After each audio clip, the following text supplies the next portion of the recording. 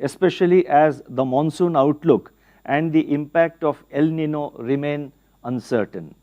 Real GDP growth in 2022-23, on the other hand, turned out to be stronger than anticipated and is holding up well. The policy repo rate has been increased by 250 basis points since May last year and is still working its way through the system. Its fuller effects will be seen in the coming months. Against this backdrop, the MPC decided to keep the policy repo rate unchanged at 6.5%. The MPC will continue to remain vigilant on the evolving situation and the growth outlook.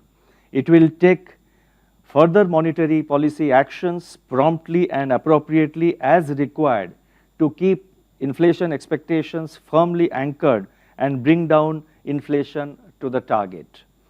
With the policy repo rate at 6.5% and full year projected inflation for 23-24 at just a little above 5%, the real policy rate continues to be positive.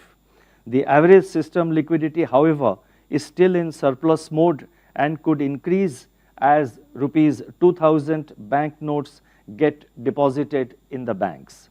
Headline inflation, as noted before, is easing but rules above the target, warranting close monitoring of the evolving price dynamics.